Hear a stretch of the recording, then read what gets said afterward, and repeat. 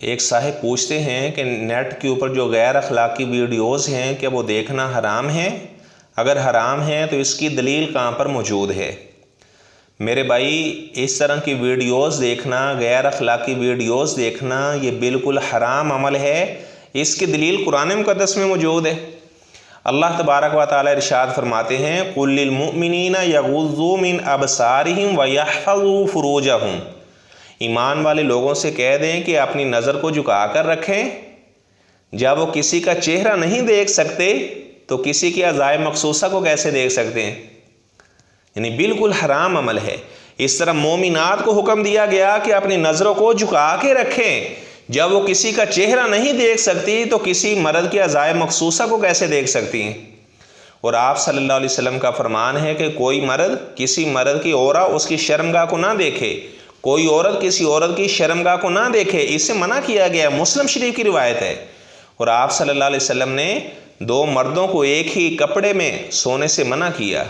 اگر ایک ہی لحاف ہے، ایک ہی بستر ہے، دو مردوں کو اس میں لیٹنے سے منع کیا، دو عورتوں کو ایک ہی بستر میں لیٹنے سے منع کیا آپ صلی اللہ علیہ وسلم نے۔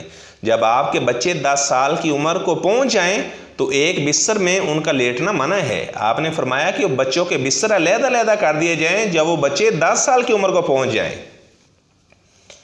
اور آپ دیکھیں ہمارے ملک پاکستان کے اندر آئے روز اخبار میں آپ پڑھتے ہیں کہ فلاں بچی چھوٹی، اسے ریپ ہوا، اس کے بعد اس کو قتل کر دیا گیا، چھوٹے بچے سے زیادتی ہوئی، اس کے بعد اسے قتل کر دیا گیا۔ آپ دیکھیں کہ اس کی وجہ کیا ہے، ایسا کیوں ہو رہا ہے معاشرے کے اندر؟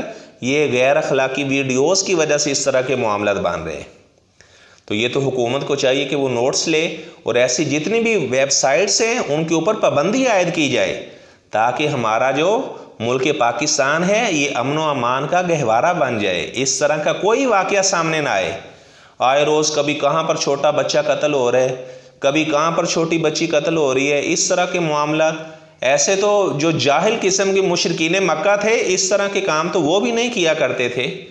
ہمارے معاشرے کے اندر کوئی بچہ محفوظ نہیں ہے، عورتیں محفوظ نہیں ہیں، عزتیں محفوظ نہیں ہیں، جو بیٹیاں گھروں سے پڑھنے کے لیے جاتی ہیں وہ بیچاری محفوظ نہیں ہیں۔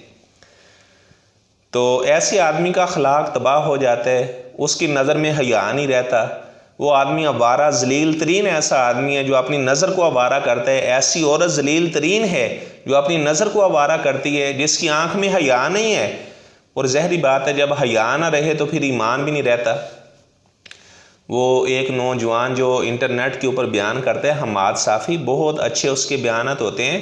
اس نے کہا کہ میں دبئی میں گیا تو وہاں پر مجھے پتہ چلا کہ اس طرح کی جتنی بھی، حالانکہ دبئی ایک آزاد خیال ملک ہے، آپ جانتے ہیں دبئی کے بارے میں، وہ ایک آزاد خیال ملک ہے، لیکن انہوں نے تمام ایسی ویب سائٹس کے اوپر پابندی لگائی ہوئی ہے۔ اگر کوئی اس طرح کا بیہودہ مواد سرچ کرنے کی کوشش کرتے ہے اس کا پورا ریکارڈ آ جاتا ہے اور وہ پکڑا جاتا ہے۔ تو ہمارے ملک پاکستان کے اندر بھی اگر اس طرح کا معاملہ ہو جائے تو آپ کو کبھی بھی اس طرح کے واقعات دیکھنے میں نہ آئیں کہ فلاں بچہ قتل ہو گیا ہے، فلاں بچی قتل ہو گئی ہے۔ اور حتیٰ کہ جو حرام رشتے ہیں، حرمت والے رشتے ہیں، ایسے بھی واقعات آئے کہ سگے ماموں نے اپنی بھانجی کے ساتھ زنا کر لیا، چاچو نے اپنی بھتیجی کے ساتھ بدکاری کر لی، اس طرح کے واقعہ سامنے آتے رہتے ہیں۔ تو میں اللہ تعالیٰ سے دعا کرتا ہوں ایسے کام جن کو اللہ کے رسول صلی اللہ علیہ وسلم نے حرام قرار دیا ہے، قرآن مقدس میں اللہ تعالیٰ نے حرام قرار دیا ہے، ایسے حرام کاموں سے اللہ تعالیٰ ہمیں بچنے کی توفیق عطا فرمائے۔ ایسے اعمال جو ہمیں جنت میں لے جانے کا باعث بنے، ایسے اعمال اللہ ہمیں کرنے کی توفیق عطا